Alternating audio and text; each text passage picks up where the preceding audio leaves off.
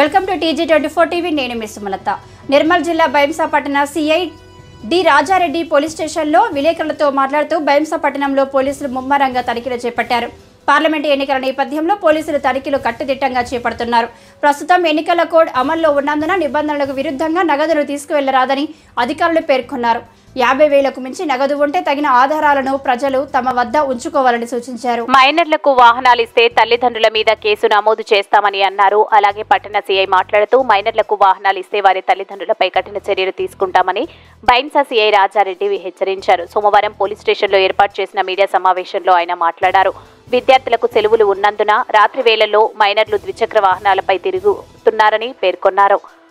వాహనాలు నడుపుతూ కంటపడితే తల్లిదండ్రులపై కేసు నమోదు చేస్తామన్నారు. అదేవిధంగా పట్టణ ప్రజలు పోలీసులకు సహకరించాలని కోరారు. Good evening. నేను బైంసా టౌన్ ఇన్స్పెక్టర్ రాజిరెడ్డి మాట్లాడుతున్నాను.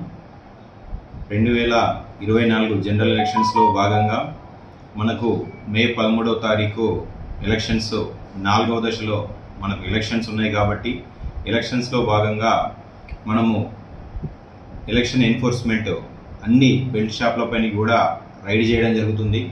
అదేవిధంగా 50,000 అంతకంటే ఎక్కువ నగదును ఎలాంటి ఆధారాలు లేకుండా తీసుకెళ్తే వాళ్ళపై కూడా ఆ అమౌంట్ సీజ్ చేసి గ్రీవెన్స్ సెల్ కలెక్టర్ ఆఫీస్కు సీజ్ చేసి వాళ్ళకి అప్పగించడం జరుగుతుంది.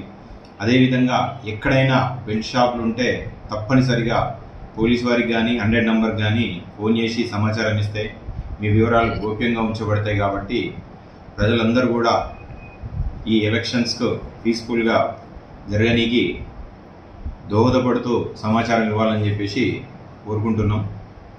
అదేవిధంగా మైనర్ డ్రైవింగ్ చాలా ఎక్కువగా జరుగుతుందని చెప్పేసి ఫిర్యాదులు వస్తున్నాయి.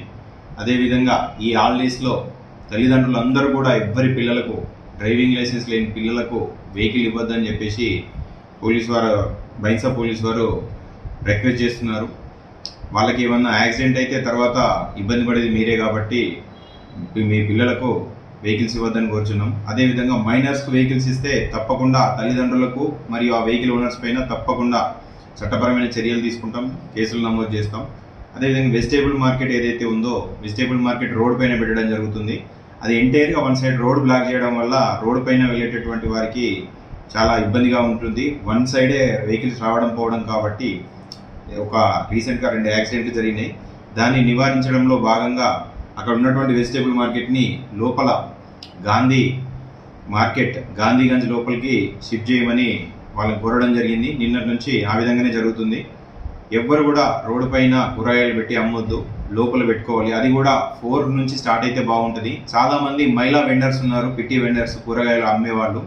12 గంటలకు పెడితే వాళ్ళు వచ్చి మేము ఎప్పుడు కూరగాయలు కొనుక్కోవాలి అని చెప్పేసి వాళ్ళు ఇబ్బంది పడుతున్నారు. కాబట్టి వాళ్ళని దృష్టిలో పెట్టుకొని ప్లస్ నైట్ అంతా తాగి చేసి అక్కడ వచ్చి ఆవారాగా అక్కడ టిఫిన్ సెంటర్ ఉండడం వల్ల అందరూ కూడా అక్కడ టిఫిన్ చేయనీకి వచ్చేసి అక్కడ గలాట పడుతున్నారు. కాబట్టి వాళ్ళకు కూడా చెప్పాము 4 తర్వాత ఎవరైతే కూరగాయలు అమ్మనీకి వ్యవసాయదారులు కానీ వెజిటేబుల్ వెండర్స్ కానీ వాళ్ళకు సౌకర్యంగా ఉండనీకి టిఫిన్ సెంటర్ ఓపెన్ చేస్తామని అంటే ఓకే అని వాళ్ళకు చెప్పడం జరిగింది.